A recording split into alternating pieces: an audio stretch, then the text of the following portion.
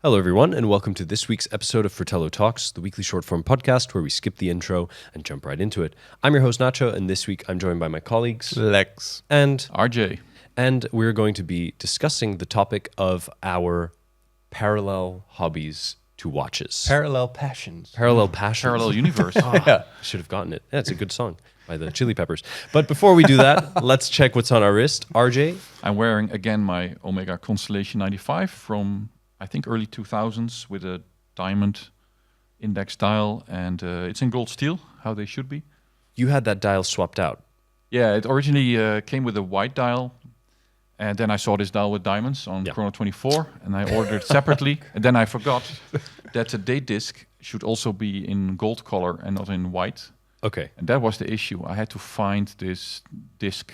And of course, I could have emailed, I guess, Omega headquarters, but on eBay UK. You went digging. I went digging. I found the original set of the date disc, basically, and had my or watchmaker Paul Diva swap it out. And very nice. I also like the white dial version. Yeah, but I like the champagne or gold dial. Yes, I like the how that the gold all sort of matches together. That's really nice. Perfect, Lex, and you are wearing. I'm also wearing an Omega. It's my 2001 replica. It's a real one. It's a real speedy broad arrow. Very nice. And later called Relaunch. Yes. Very nice. Really like it. And there wouldn't be two Omegas without a third. So I'm wearing my Seamaster Professional 300M, reference 2254, the trusty diver. And I should have mentioned the reference, but I have RJ for that. 3594. Boom. Point there you 50. go. Amazing.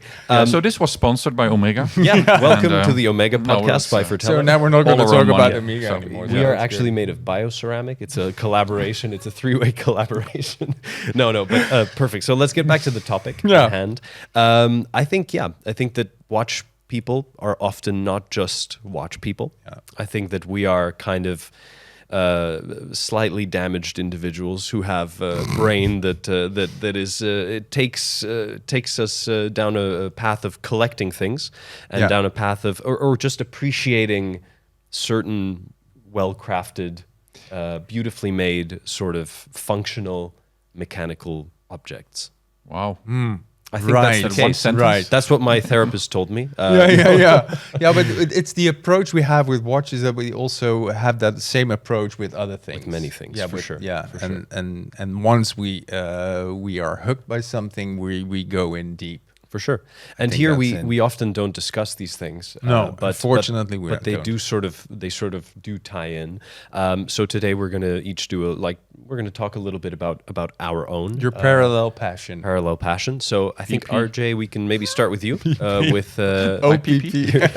Don't tell us about your PP, please. No, but oh my god. Okay, let's please, guys, come on. Yes, this is a serious podcast. So my other PP also starts with a P. It's pens. Yeah, but fountain pens. Yeah, and FPs. And I've been collecting them or buying them. I think early 2000s. When I was a student, I bought a Pelican fountain pen. Mm-hmm. Mainly because my grandfather, same as with the watches actually. Grandfather and father, they also had fountain pens from Pelican. So I bought my Pelican here at Ackerman. It's a very renowned name worldwide, I think, if you're into pens. And then the funny thing was, and it's just with watches, it's about the craftsmanship, and with the fountain pens, it's in the nib.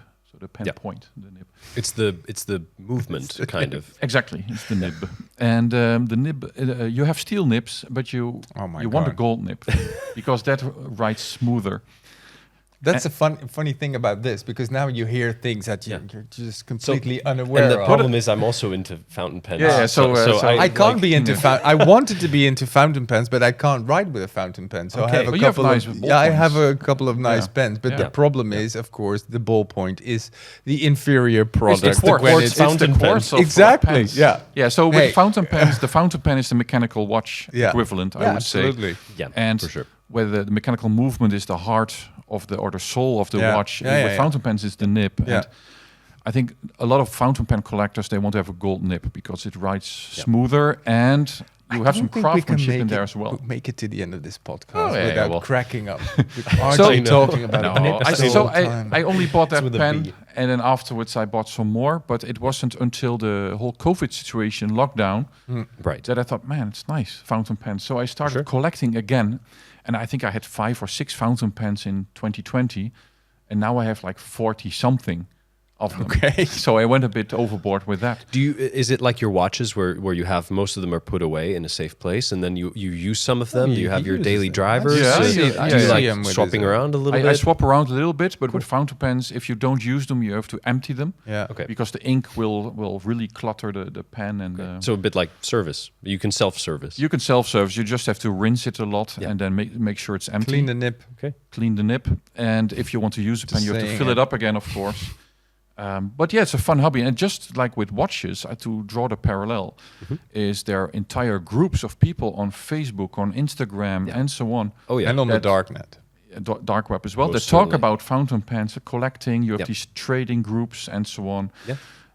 The fun thing is that it seems that pen manufacturers, if you look at their websites, they are where watch manufacturers were 20 years ago. Yeah. There's a huge delay somehow in how they do the marketing for their pens and how they treat their websites and their communities and so on. It's like watches 20 years ago. It's a slow-moving world. Yes. And this is a great transition because a not-so-slow-moving world is the world of bicycles and bike racing and cycling. Yeah. And I think, Lex, you're going to share with us the thing is, I like bike racing. I like bikes and the e-bikes.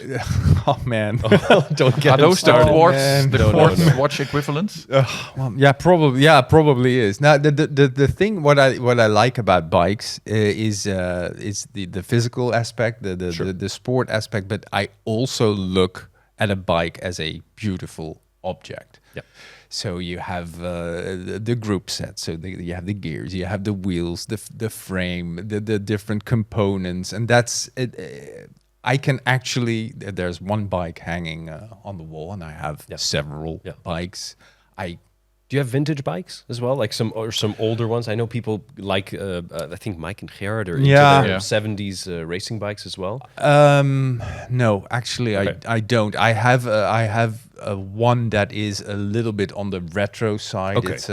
It's a steel Columbus tube frame, and it's fully mechanical. There's no electronic shifting and everything, but it's still pretty modern. But what I also really like to use them. So I race in the weekends, and so I also need something that is a little bit state of the art. Well, of course, if you're racing, I mean, you need to have.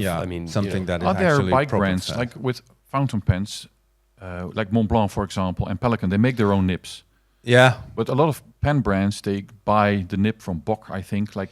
Sourcing third-party movements for watches. Well, there is this whole parallel universe. So you have these like the well-known brands. You have I'll drop Pinarello. But is there a bike brand that does everything? Yeah, you have derailleurs. Well, you have to the group set. So the shifting things that is something you absolutely have to buy from either Shimano, SRAM, or Campagnolo. Wheels as well. Wheels are also not something that is often artisanally made, but the frames you can there are so many frame builders out there. You can have a frame in steel, you can have it in aluminum, you have it in titanium, you can have it in carbon fiber, of course, you can even have it in bamboo, and there is you have the Baum from Australia, you have some Italian frame builders. There's in the United States there is this great number of titanium specialists. So that is, I would say, the artisanal part of it. And then they have them beautifully decorated, finished, painted, and then you put the components on it. But the components you usually get from manufacturers. Yeah. It's like you buy the strap from here and the thing from there. Yeah. The frame is the heart and soul of the bike. Is there a supremacy of certain countries in that space? Is it? I would imagine it to perhaps be France and Italy. It has with the introduction of carbon frames, it has completely changed. Okay. Because originally, of course, it was steel, so you would have Reynolds tubes from the UK, and you would have Columbus from Italy. and there were some other companies, and then of course carbon fiber came into this world, and that's fantastic.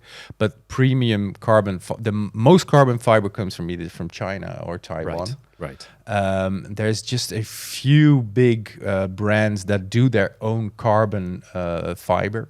Okay. I think it's Merida and Giant. So they also make a lot of frames for other brands, even like Specialized, which is an American brand. You would think, I think they're even partly owned by Merida. Yeah. Okay. Even Pinarello, which is a very famous Italian brand, has their frames made. I think they're made in Taiwan, but they're made from Japanese carbon from there you go. Toray. The good Japanese carbon. Yeah. So it is in the end, it's a way bigger world. I think than it's more of a mass production world than watches. Yeah, but you can get really But specific. I think that's the beauty of these things, as with watches, as with pens, as with bikes, and let's say as with tell us my about hobby, your PP, which is let's just call it sort of musical instruments. I mean, I'm a bass player, electric bass, and therefore it's one of those things that you do for long enough, and then you dedicate. You're into it when you've dedicated a small, I would say, but I think my girlfriend wouldn't say it's small. Portion of the living room to it. Yeah, that's how you've taken your hobby. You have your bike hanging up there. Exactly. And I have my rack of bass guitars in the living room. So there's five of them. I have the least discussion about this at home, I guess. With pens. True. But the pens, the small pens are fantastic. You hide them in a drawer and nobody knows. No one. You spent how much on that? I think that's how we should wrap up. We should wrap up with the prices, like price brackets of where you can start and where you can get to. No, I want to just one, but you also like your music instrument as an object, right? Absolutely, because there's also the beauty, the beauty of the object. I think that's one of the reasons why I like my bike so much. It's not just the riding them; it's also just admiring the beauty of and the craftsmanship. So for me, my first issue with my first bass, which was a PV Palladium bass made in the USA, really fantastic instrument. I hated the way it looked. It has this sort of burgundy see-through paint, but it's a beautiful instrument. It's designed to be better than the Fender Jazz Bass, which is the instrument that I was really lusting after and that I absolutely wanted, and that was the one that I bought. But it's kind of like that sort of American muscle car. There's chrome, there's paint, there's some wood there, and it's a beautiful, beautiful thing. And I remember getting that. That was one of the first big sort of purchases that I saved up for, and I have played that thing nonstop. It's a fantastic instrument. Nice. And then the first sort of big boy purchase, proper purchase, once I had a job and could really, get something for myself that I would compare to buying my Speedmaster. It was the first sort of luxury instrument.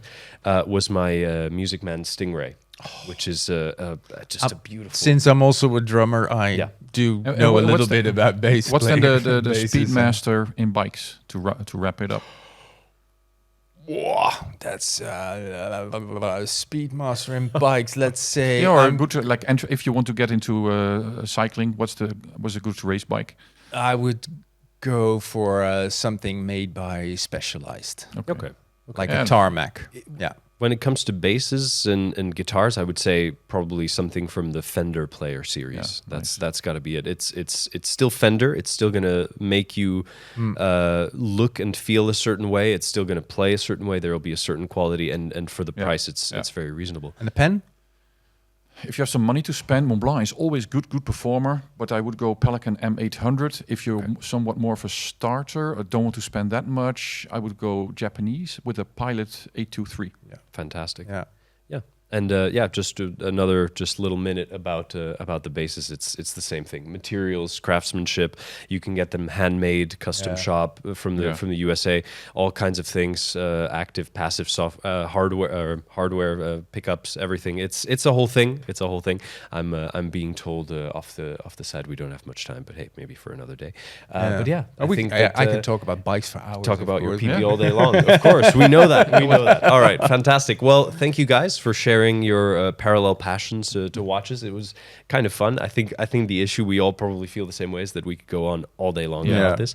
But yeah, so let us know if about you find this interesting. Let us know about your PP. Definitely. And perhaps it's something to revisit with a different crew of people on the podcast another day. Nice. Talk about their PPs. So anyway, thank you guys for joining us. And as always, like, subscribe, and make sure to tune in next week for another episode of Fratello Talks. See you then.